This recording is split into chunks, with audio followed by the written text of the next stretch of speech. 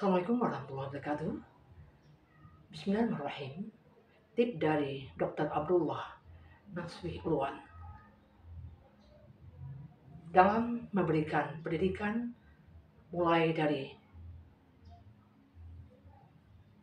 anak-anak masih usia dini, hendaklah menjauhkan diri dari peniruan atau taklid buta. Artinya orang tua wajib memberi pemahaman, mengawasi dan mendidik anak-anak tentang berbagai hal yang patut kita lakukan, seperti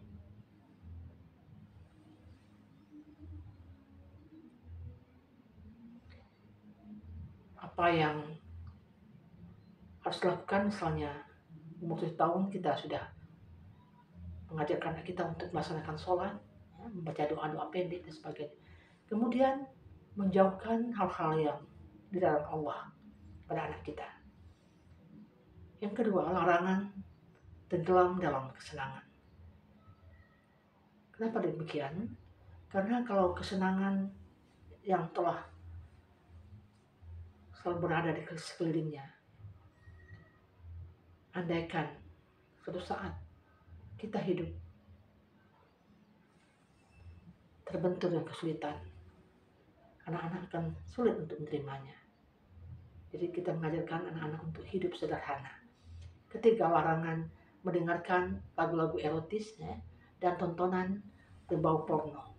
Sekarang anak-anak kita bebas maksud saya bisa memegang HP apalagi udah usia SMP, SMA Nah, apalagi yang masih kecil, jangan sampai diberikan kesempatan mereka untuk melihat yang tidak dibolehkan dalam agama. Oleh karena itu, kita sebagai orang tua harus mendampingi anak kita waktu mereka main HP, dan kita berikan waktu, misalnya hari Minggu pagi hanya 15 menit sore 15 menit. Karena kalau tidak juga, karena ini adalah zamannya teknologi kita harus memberikan ruang untuk anak kita dan mencari buat mereka film-film yang bagus yang dapat memacu intelektualnya, terutama spiritualnya dan emosionalnya. Yang ketiga, larangan anak lelaki menyerupai wanita. Begitu juga sebaliknya. Karena kalau terbiasa dari kecil, nanti mereka terbiasa sudah besar pun mereka bisa senang menyerupai wanita, apakah pakaiannya atau bersolek dan sebagainya. Juga anak perempuan yang diajarkan sering memakai celana panjang seperti halnya laki-laki, kecuali kalau bepergian. Apalagi kalau anak kita posisinya postur badannya agak gemuk karena orang gemuk memang tidak bagus kalau memakai celana panjang. Biasakan mereka memakai rok yang lebih feminim. Kemudian larangan bercampur baur memandang hal-hal yang diharamkan. Kemudian di TK dan SD kita belum bisa menerapkannya. Maksudnya dalam satu sekolah sering bercampur. Malahan ibu sendiri, karena 17 tahun ibu membuat TK itu, saat ini perkembangannya sudah sangat agak mengerikan dengan teknologi Maksudnya mereka bisa melihat apa saja, mereka tahu, bisa menjodoh-jodohkan. Misalnya, kamu pacarnya itu ya, itu pacar kamu ya, kamu pacaran sama itu ya. Pacaran pun anak-anak udah pernah mengerti, mungkin melihat di TV, di HP dan sebagainya. Nah, oleh karena itu, kita sebagai orang tua dorong anak-anak untuk memberi mereka bekal basic agama yang bagus. Insya Allah setelah besar mereka bisa membedakan yang baik dan yang buruk. Nah, kalau kita mendengar hal itu, apakah orang tua, apakah guru, kita luruskan ya, jangan dibiarkan begitu saja. Pacaran dalam Islam tidak dibolehkan kecuali ta'aruf, dan yang kecil-kecil belum boleh untuk mengerti. Untuk pacaran, untuk segalanya itu adalah hal yang kurang baik. Jadi berilah mereka pengertian yang membuat mereka mengerti dengan bahasa. Kemudian larangan bercampur baur tadi ya, memandang yang hal-hal yang diharamkan. Sekarang karena teknologi ya, banyak hal-hal yang tidak pantas dilihat anak-anak, kadang mereka bisa melihat seperti berciuman di depan umum, cipika-cipiki ya, depan umum itu sudah lumrah bagi sebagian orang. Padahal itu sangat mempunyai pengaruh bagi anak-anak, sehingga mereka bisa-bisa kalau kita tidak mengarahkan agama yang bagus, ingin mempraktekkan dan mencobanya dengan lawan jenisnya. Nah, oleh karena itu, dampingilah anak-anak kita kalau dia sedang menonton TV atau menonton memegang HP ya.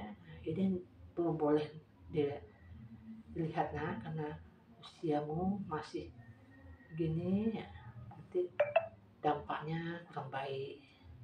Jadi baik kita bisa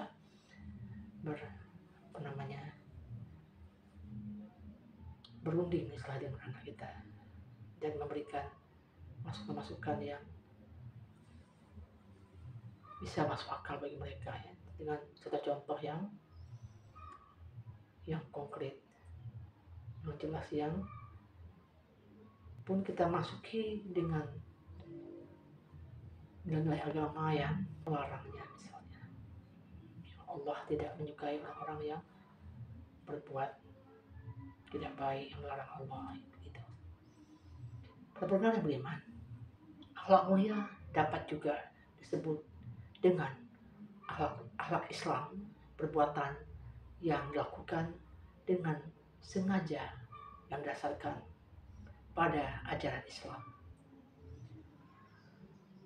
Ajarkan anak kita untuk senang berbuat baik dan berilah contoh yang baik, utama dari kita sebagai orang tuanya, karena anak-anak akan lebih senang meniru apa yang diperbuat oleh orang tuanya, lebih mudah untuk meniru. Makanya Allah memberikan ultimatum kepada Rasulullah agar Rasul memberikan informasi kepada umatnya untuk ibda binafsik, mulailah sesuatu dari diri sendiri. Kalau kita mencontoh dari diri sendiri, insya Allah anak-anak kita akan ikut serta itu, akan dicontohkan oleh Rasulullah. Rasulullah adalah suri teladan yang baik. Qad kana lakum fi Rasulillahi uswatun hasanah, adalah contoh yang baik bagi kita seorang muslim dan muslimah sebagai role model pada hubungan dengan Allah, dengan manusia. Contoh keteladanan yang baik itu adalah contoh yang paling utama. Orang tuanya lah akan memberi contoh yang baik, karena keluarga adalah madrasah yang paling utama bagi anak-anak kita.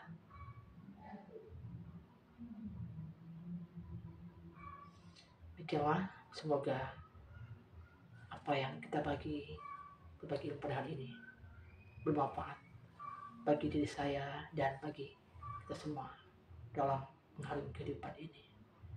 Mudah-mudahan kita dapat mempraktekkan kehidupan sehari-hari dan mempraktekkan dalam kehidupan bersama anak-anak yang kita cintai, agar mereka tumbuh menjadi anak-anak yang soleh dan solehah, anak-anak yang berbudi luhur seperti yang dicontohkan Rasulullah. Budi pekerti mulia, lurus